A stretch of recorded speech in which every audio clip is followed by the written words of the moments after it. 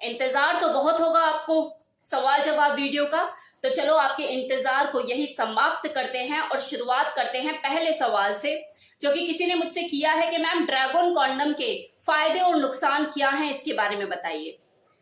तो देखो, dragon condom जो है इसका सबसे बड़ा फायदा तो यही है कि ये आपकी संभोग क्रिया को और ज्यादा प्लेजरेबल बना देता है, और साथ ही साथ इसका दूसरा फायदा यह है कि रीयूजेबल है, मतलब इसे नेक्स्ट टाइम भी आप यूज कर सकते हैं। लेकिन अगर इसकी साइड इफेक्ट की मैं बात करूं तो यही तो इसका सबसे बड़ा साइड इफेक्ट है, क्योंकि जब आप इसे वॉश करते हैं, सेक्सुअल एक्टिविटी खत्म हो जाने के बाद जब इसे आप वॉश करने के लिए जाते हैं, तो इसकी कोई गारंटी नहीं है कि कंप्लीटली वॉश हो जाएगा, क्लीन हो जाएगा। तो जिसकी वजह से आप जब इसे नेक्स्ट टाइम यूज करते हो तो सेक्सुअल ट्रांसमिटेड डिजीज होने के चांसेस बढ़ जाते हैं। तो आपको अगर अपनी संभोग क्रिया को प्लेजरेबल बनाना है, इस ड्रैगन कॉन्डम को जरूर यूज कीजिए, कोई दिक्कत नहीं है। लेकिन अगर आप इसे रीयूज करना चाहते हैं, दोबारा इसे यूज करना चाहते हैं, तो इस चीज से बचिए। आपके लिए ही बोल रही हूं, आगे आपकी मर्जी। अगला सवाल, जीवन में कुछ मजा नहीं आ रहा, जो करना चाहता हूं वो नहीं हो रहा, सब बोरिंग सा हो गया है, क्या करूं, कुछ बताओ। हिमालय पर्वत चले जाइए और वहां से पतंग लेकर कूद जाइए, देखिए कैसे एक्साइटमेंट आती है जिंदगी के अंदर। कहने का मतलब ये है, ये एक टेम्परेरी फेज होता है जो कि हर किसी की जिंदगी में आता जाता रहता है। ऐसा नहीं है आपके साथ ही है, जिंदगी कभी एक जैसी तो रहती ही नहीं है। जब ये मस्ती मजे वाले पल, ये जो मौज मस्ती वाले पल होते हैं, ये जब जिंदगी में कंटिन्यू नहीं रह पाते आपके चाहने के बावजूद भी, तो ये बोरिंग जो पल हैं जिसमें मजा नहीं, इनकी क्या औकात, ये भी टाइम रहते निकल ही जाएंगे। आप बस मस्त रहिए, जिंदगी को एंजॉय कीजिए हर सिचुएशन में। मैम कौन सी फीमेल बेस्ट होती है, एक्सपीरियंस्ड और इनएक्सपीरियंस्ड?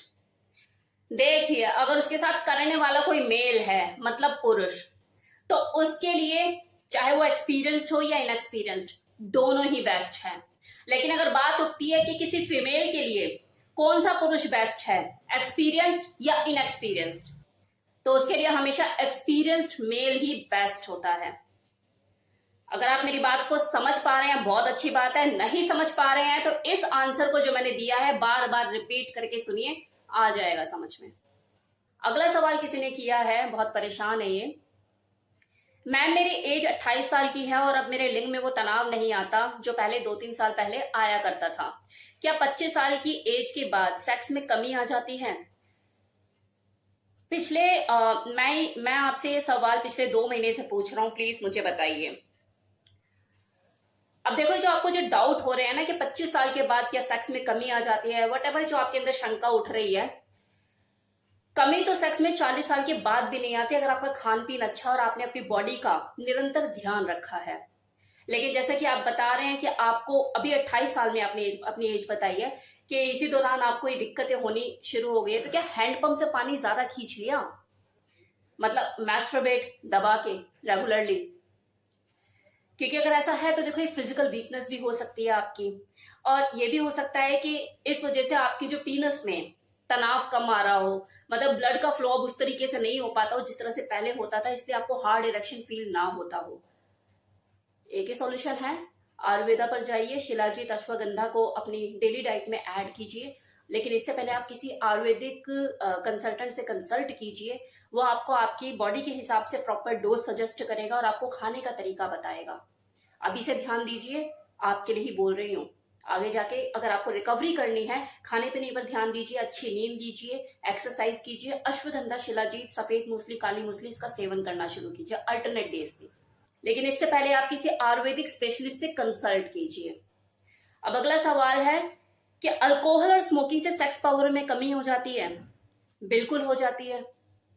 ये तो आपके दुश्मन है, या तो गर्लफ्रेंड चूज कीजिए या फिर अल्कोहल, दोनों में से एक। अगला सवाल, मैम ये बताओ कि नॉर्मल सेक्स टाइमिंग कितना होना चाहिए, कितनी देर तक करे कोई आदमी? तो देखिए, इसका कोई टाइम ऐसा कुछ फिक्स होता तो नहीं है, ऐसा नहीं क्योंकि एक टाइम लिमिट होती है इसकी। ये तो डिपेंड करता है दो लोगों की यौन इच्छा पर, उनके कंफर्ट लेवल पर, कि दोनों को एक दूसरे से क्या चाहिए और कितनी देर तक चाहिए। अब लेकिन क्योंकि आपने सवाल पूछा है, तो देखो मेरी तरफ से जवाब यही है कि एक नॉर्मल आदमी, मरे से मरा भी, कम से कम 1 घंटा तो टिकना चाहिए। अगर 1 घंटा भी नहीं वो टिक पाता है, फिर क्या है, क्या हो आप फिर? अगर नहीं कर पा रहे हो तो ध्यान दो अपने ऊपर, अपने फिजिकल स्ट्रेंथ के ऊपर, अपने स्टेमिना के ऊपर। मतलब कोई आपके ऊपर डिपेंड है ना। अगर आप उसको खुश नहीं कर पा रहे हो तो क्या कर रहे हो फिर आप? तो इसलिए कम से कम 1 घंटा तो आपको करना ही चाहिए। इतना तो आपके अंदर स्टेमिना स्ट्रेंथ होनी चाहिए, इतना तो टिको कम से कम। अब किसी ने सवाल किया है, my question ma'am, I am fed up with my morning erection, I am married but after physical relation in night I feel strong erection in the morning. मुझे बहुत ऑकवर्ड फील होता है, कोई रेमेडी हो इससे छुटकारा पाने की तो बताइए। ये तो नेचुरल सी चीज है, इससे क्या प्रॉब्लम हो सकती है किसी को? क्योंकि इसका लेना देना आपके फिजिकल रिलेशन या आपकी शादी से थोड़ी ना है। ऐसा थोड़ी ना है कि आपकी वाइफ आ गई और आप फिजिकल रिलेशन में हो तो वो डर कर बैठ जाएगा आपकी वाइफ से। वो तो अपनी मॉर्निंग में हाजिरी लगाएगा ही, अटेंडेंस देगा ही, उसे थोड़ी ना फर्क पड़ता है कि आपकी वाइफ है। कहने का मतलब ये है, एक नेचुरल चीज है, इसे आप रोक नहीं सकते, इसकी कोई रेमेडी नहीं आती। ये और ये आपके साथ ही नहीं, ये सबके साथ है, चाहे वो मैरिड है या अनमैरिड है, फिजिकल रिलेशन बनाते हैं या नहीं बनाते हैं। ये मॉर्निंग इरेक्शन होता है, ये होगा। जो मॉर्निंग इरेक्शन है, जिसे मॉर्निंग वुड भी कहते हैं, ये हर उम्र के लड़के को होता है। इनफैक्ट मिडिल एज मैन को भी होता है। इनफैक्ट कुछ ऐसे उम्र दराज बूढ़े लोग हैं जिनको अभी भी होता है। तो ये पुरुषों में नेचुरल प्रोसेस है जो कि होगा ही होगा। इनफैक्ट इससे आपको घबराना नहीं चाहिए, ये तो एक सिम्टम है जिससे आप ये आइडेंटिफाई कर सकते हो कि आप एकदम हेल्दी और फिट हैं। आपके पीनस में करंट है जो आपको ये जताता रहता है कि भाई बढ़िया है, सारा मामला सही है, टेंशन मत ले, सब ठीक। नेक्स्ट क्वेश्चन, मैम अगर कोई औरत 53 साल में शादी करती है तो क्या उसकी सेक्स लाइफ ठीक रहेगी? सेक्स लाइफ का शादी से क्या लेना देना? ऐसा थोड़ी ना है कि अगर कोई 53 साल में शादी कर रही है तो वो अभी तक वर्जिन ही है, ऐसा है क्या? अगर ऐसा है तो ये उसका खुद पे किया हुआ सबसे बड़ा अत्याचार है। खुद से खुद को किया गया अत्याचार, खुद से खुद को दिया गया पनिशमेंट, क्योंकि उसने खुद को उस सुख से वंचित रखा जिसके लिए वो पैदा हुई। अगर ऐसा कोई करता है, चाहे वो मेल हो या फीमेल, तो समझो उसने खुद को उस सुख से वंचित रखा है जिसके लिए वो पैदा हुआ है। क्योंकि इस सेक्स का सुख सबसे ज्यादा एक इंसान ही उठा सकता है, पशु पक्षी भी नहीं। और आपने अपने आप को इस सुख से वंचित रखा हुआ है। 45 के बाद तो वैसे भी एक फीमेल बॉडी में जबरदस्त चेंज आता है मेनोपॉज की वजह से। हार्मोनल चेंजेस होते हैं, उसकी सेक्स ड्राइव यानी कि उसकी यौन इच्छा धीरे धीरे कम होने लग जाती है, उसकी वजाइना संकुचित होने लग जाती है, लुब्रिकेट भी अवेलेबल नहीं रहता है। मिल गया आपको आपके सवाल का जवाब कि फिर उसकी सेक्स लाइफ कैसी होगी। मतलब एक जो एफर्टलेस सेक्स होता है वो तो कोई औरत मेनोपॉज से पहले ही इंजॉय कर सकती है। मेनोपॉज के बाद तो उसे एफर्टलेस सेक्स इंजॉय करने के लिए एफर्ट लगाने पड़ते हैं। तो आप तो उस फीमेल की जो एज है वो 53 साल बता रहे हैं, तो 53 साल का मतलब यह है कि उसे अपनी सेक्स लाइफ को एंजॉय करने के लिए मेहनत करनी पड़ेगी, अब एफर्ट लगाने पड़ेंगे, लुब्रिकेंट का यूज करना होगा, टेक्निक का यूज करना होगा, ये सारी चीजें। और अगर उसने पहले से ही सेक्स को एंजॉय किया हुआ है तो बात एक अलग है। उसके बाद तो फिर हर औरत जो 53 साल में शादी करती है या 53 साल में सेक्स करती है तो वो तो फिर सेम कैटेगरी में आती है कि उसे पहले तो उसने एफर्टलेस सेक्स एंजॉय किया, अब एफर्ट लगा के सेक्स एंजॉय करेगी। तो ये तो सबके साथ है। होप सो वो उन औरतों में से नहीं है जिसने आज तक कभी सेक्स एंजॉय नहीं किया। और अगर वो 53 साल में अपनी जिंदगी की शुरुआत करना चाहती है, शादी करना चाहती है, रीजन चाहे कुछ भी हो, मेरी तरफ से शुभकामनाएं उनके लिए। अब एक सवाल मुझसे किसी ने किया है, I am Rohit from MP. Ma'am मेरा ये सवाल है कि मेरी एज 21 साल की है और जो मेरी गर्लफ्रेंड है उसकी एज 27 साल है। हमारे रिलेशन को 5 जून को 2 साल पूरे हो जाएंगे। हम दोनों इस रिलेशन को आगे बढ़ाना चाहते हैं, लेकिन मैं ये जानना चाहता हूँ कि अगर हम शादी करते हैं तो कोई सेक्स में सब कुछ चीजें ठीक रहेगी, समानता रहेगी, कोई एज मैटर तो नहीं करेगा हमारे सेक्स को लेकर, या दिक्कतें तो नहीं आएंगी हमें आगे जाकर। आपके अनुसार आपके रिलेशनशिप को 2 साल पूरे हो गए हैं जून में, जैसा कि आपने इसमें लिखा है। अब आप मुझे एक चीज बताइए कि इस 2 साल के दौरान आप फिजिकल भी हुए होंगे, चलो उस लेवल पे नहीं होंगे माना, राइट, लेकिन कुछ तो किया होगा, किस विस कुछ भी वट जो एक होता है दो लोगों के बीच में। तो क्या इस दौरान, मतलब जब आप इंटीमेट हुए या किस विस आपने कुछ किया, तो क्या आपकी जो एज आपने बताई है कि 21 और एक 27, ये कि बीच में आकर खड़ी हुई कि नहीं मैं एज हूं, मैं किस नहीं करने दूंगी तुम दोनों को? अब इन 2 सालों में कुछ लड़ाई झगड़ा भी हुआ होगा आप दोनों के बीच में। ऐसा तो नहीं है कि रिलेशनशिप बस खुशी खुशी चलता रहता है, मन मुटाव भी हो जाता है कभी किसी बात पे तो कभी किसी बात पे। इस बीच में जब आपने अपनी गर्लफ्रेंड को या गर्लफ्रेंड ने आपको मनाने की कोशिश करी, प्रॉब्लम को सॉल्व करने की कोशिश करी, तो क्या एज बीच में आई कि नहीं तुम उसको मना नहीं सकते, तुम उसे गिफ्ट नहीं दे सकते, तुम उसके आंसू नहीं पूछ सकते, मैं एज हूं? हुआ ऐसा कुछ? रिलेशन में आने से पहले आपको कभी अपनी एज याद आई? तो अब क्यों याद आ रही है? एज कभी बाधा होती नहीं है किसी भी रिलेशनशिप को परवान चढ़ने में। हाँ, लेकिन वो एज जो है एक्सेप्टेबल होनी चाहिए। अब कोई 40 या 45 साल का आदमी ये बोले मुझे 15 साल की लड़की से प्यार हो गया और मैं इसके बिना रह नहीं सकता, तो मैं तो कहूंगी जूता उठा के मारे उसे, क्योंकि एक अपनी ढलान पर जाने वाला है और दूसरा अभी फल फूल रही है, तो वहां चीजें नहीं समझ में आती, लेकिन करने वाले उसको भी अंजाम देते हैं, जो कि मेरी नजर में गलत है। तो अगर आप शादी करना चाहते हैं तो कीजिए, आप शादी कीजिए, क्या दिक्कत है? जरूरी थोड़ा है कि हमेशा एज में जो है लड़की छोटी और लड़का बड़ा हो। कौन सी किताब में लिखा है ये कि भाई लड़की हमेशा छोटी होनी चाहिए, लड़का बड़ा होना चाहिए? तो एज का भी रोड़ा होता ही नहीं है किसी रिलेशनशिप को बिल्ड होने में, तो कर सकते हैं आप शादी। अब अगला सवाल, मैम मैं दिल्ली में रहता हूँ, जॉब करता हूँ, मेरा मन रोज सेक्स करने को बोलता है, मैं क्या करूं, इसे कैसे कंट्रोल करूं? इंसान हो, मन तो करेगा ही, भूख तो लगेगी ही, लेकिन ये कोई ऐसी भूख नहीं है जो डेली बेसिस पे अगर पूरी ना हो तो आप मर जाओगे। अब रही बात मन की, तो मन का क्या है? मन को तो हमेशा वही चीज अच्छी लगती है जो आपको सुख देती है, प्लेजर देती है। मन को कभी हार्ड वर्क अच्छा लगता है? क्या मन को कभी सुबह उठकर स्कूल जाना या ऑफिस जाना अच्छा लगता है? मन को सुबह जल्दी उठना अच्छा नहीं लगता, उसे जिम करना अच्छा नहीं लगता, उसे हर वो चीज अच्छी लगती है जो उसे सुख देती है, प्लेजर देती है। तो मन तो आपको भटकाएगा ही, लेकिन आप ये क्यों भूल जाते हो कि भगवान ने आपको मन के साथ साथ दिमाग भी दिया है। तो आपको क्या करना है? दिमाग को अपने मन पर हावी करना है। अभी आपके मन ने आपके दिमाग को कंट्रोल कर रखा है, अपने दिमाग से अपने मन पर कंट्रोल कीजिए। तो जब आपका दिमाग आपके मन पे कंट्रोल कर लेगा, उस पर विजय हासिल कर लेगा, तो आपका जो ये सेक्स फीलिंग जो आपके अंदर बार बार आती है, ये अपने आप कंट्रोल हो जाएगी। लेकिन अब इसका मतलब ये नहीं कि आप अपने मन को पूरी तरह से तरसा दो, तड़पा दो, नहीं। 1 वीक में एक बार टाइम निकालो अपने लिए और इस तरह से करो फिर सेक्स कि 1 हफ्ते तक वो डिमांड ही ना करे, आपके अंदर वो उमंगे दोबारा जागे ही नहीं, इतना जी भर के सेक्स कर लो।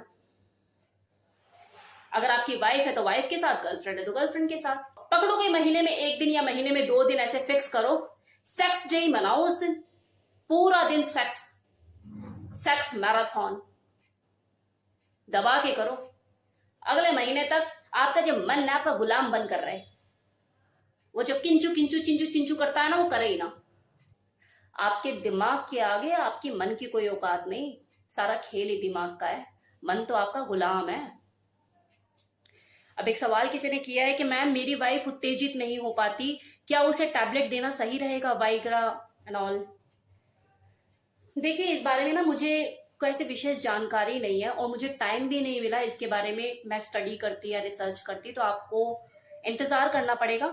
इस विषय में मैं कोई जानकारी देने से पहले या अपनी तरफ से कुछ बोलने से पहले मैं खुद की स्टडी करना ज्यादा बेहतर समझूंगी, तो अभी मैं आपको कोई राय नहीं दे सकती या कुछ एडवाइस नहीं कर सकती, कुछ ठोस आपको नहीं बोल पाऊंगी। You have to wait for that.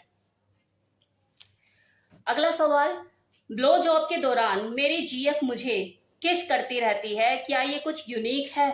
आपके व्यूज क्या है इस पर?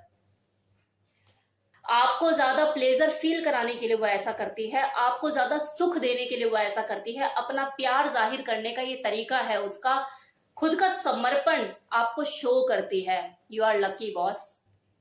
क्योंकि कितनी फीमेल ऐसी हैं जो बस मुंह में लेके बैठ जाती हैं, कोई ऐसी कुछ उस तरह की एक्टिविटी नहीं होती, झेल सा लगता है उन्हें। लेकिन अगर वो इस तरीके से आपके साथ ओरल करती है, गुड फॉर यू, खुशी मनाइए।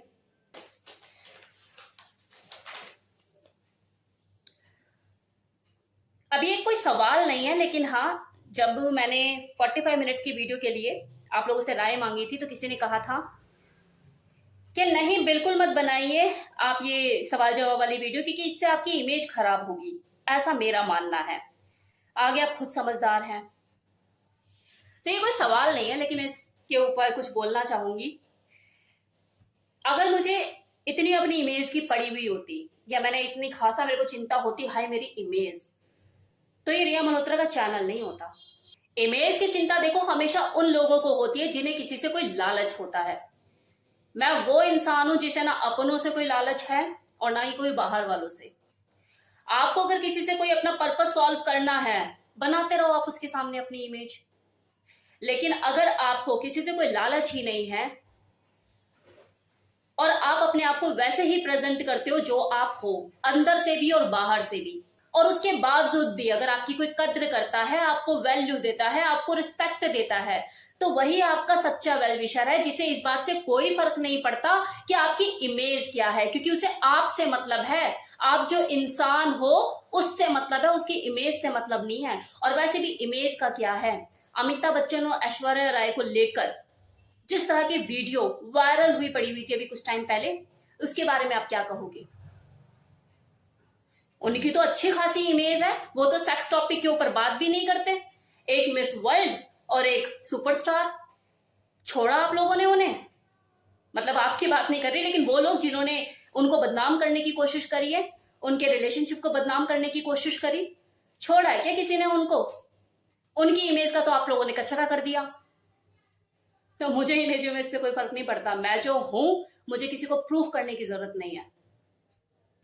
अब एक सवाल किसी ने किया है, बड़ा इंटरेस्टिंग सा है, कि मैम ट्रू फेमिनिज्म क्या है? क्योंकि हर लड़की अपने अपने कंफर्ट के हिसाब से फेमिनिज्म की डेफिनेशन देती है। तो आप एक बार बताइए कि फेमिनिज्म की डेफिनेशन क्या है एक्चुअल में। देखो, फेमिनिज्म का मतलब ये होता है कि अपने अधिकारों के लिए स्टैंड लेना। वो अधिकार कुछ भी हो सकता है, लाइक मुझे कैसे क्या खाना है, क्या पहनना है, कैसे रहना है, it's my life. Equal right कि लड़कों और लड़कियों में कोई भेदभाव नहीं, ऑल दैट।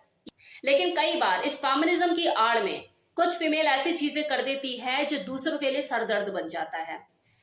जैसे ओके, आपको पूरा राइट है, आप जो मर्जी पहनिए, लेकिन अगर आप वो धागे जैसी चड्डी बनियान पहन के सोसाइटी पार्क में अगर आ जाओगी तो आपका तो ये शौक हुआ, लेकिन दूसरों के लिए तो सरदर्द बन गया है ना। आपको पहनने के लिए कोई मना नहीं कर रहा है, लेकिन वो पहनिए जो उस माहौल को सूट करता है। जाइए ना, क्लब में जाइए, क्लबिंग कीजिए, पार्टी में जाइए, गोवा के बीच पे घूमिए, मालदीव के रिजॉर्ट में जाइए।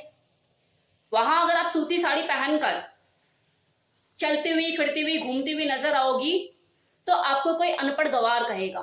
तो वहां पर आपकी इन चीजों की वैल्यू है, जो आपने पहना है, समझ आ रहा है, उस माइंडसेट के लोग हैं।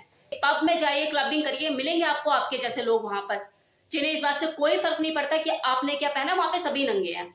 लेकिन अगर आप किसी सोसाइटी पार्क में, किसी रेलवे स्टेशन के पास जाके अपने आप को एक्सपोज करोगे, मैंने ये पहना है, तो मुझे इसमें कोई समझदारी नहीं नजर आती, फिर भले आप इंग्लिश में ही क्यों ना बात करती हो। इस तरह की लड़कियों के बॉयफ्रेंड भी परेशान रहते हैं कि यार कम से कम तेरे को पता है कहां जा रहे, क्या पहनकर आ गई है।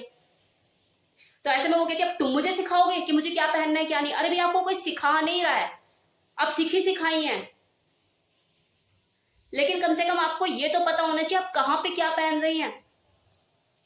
तो अपने आप को सेव करने के लिए वो फेमिनिज्म का झंडा उठा लेती हैं कि इक्वल राइट, जो कि ये चीज गलत है। अपने राइट के लिए, अपने हक के लिए लड़िए, आपको मना नहीं है, लेकिन कहाँ लड़ रही है, किस चीज के लिए लड़ रही है, तो सोचिए। आपको कौन मना कर रहा है?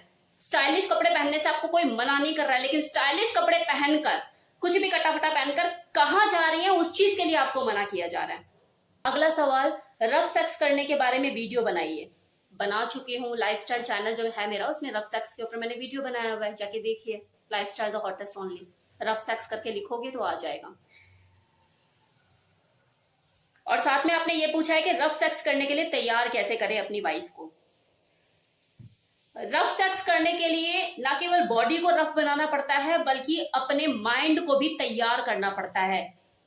अगर आप अपनी वाइफ से अभी तक सेंसुअल सेक्स करते आ रहे हैं, तो धीरे धीरे उस सेंसुअल सेक्स को करते हुए अपनी सेक्सुअल एक्टिविटी में थोड़ा बहुत रफ एक्ट शामिल कीजिए। जैसे आप अक्सर सेंसुअल किस करते हैं, हल्के हल्के से किस करते हैं, तो थोड़ा सा हार्ड किस करके देखिए और उसके एक्सप्रेशन देखिए, वो क्या कहती है, चिल्लाकर पड़ती है या उसे एंजॉय करती है। इससे आपको आइडिया लगेगा कि उसे मजा आता है या चिड़चिड़ी हो जाती है। तो ये एक तरीका है। अगर आपकी वाइफ पॉजिटिव वे में लेती है आपके किए गए इस एक्ट को, जो आपने हार्ड किस किया, थोड़ा रफ किस किया, तो धीरे धीरे इसकी डोज बढ़ाते रहिए।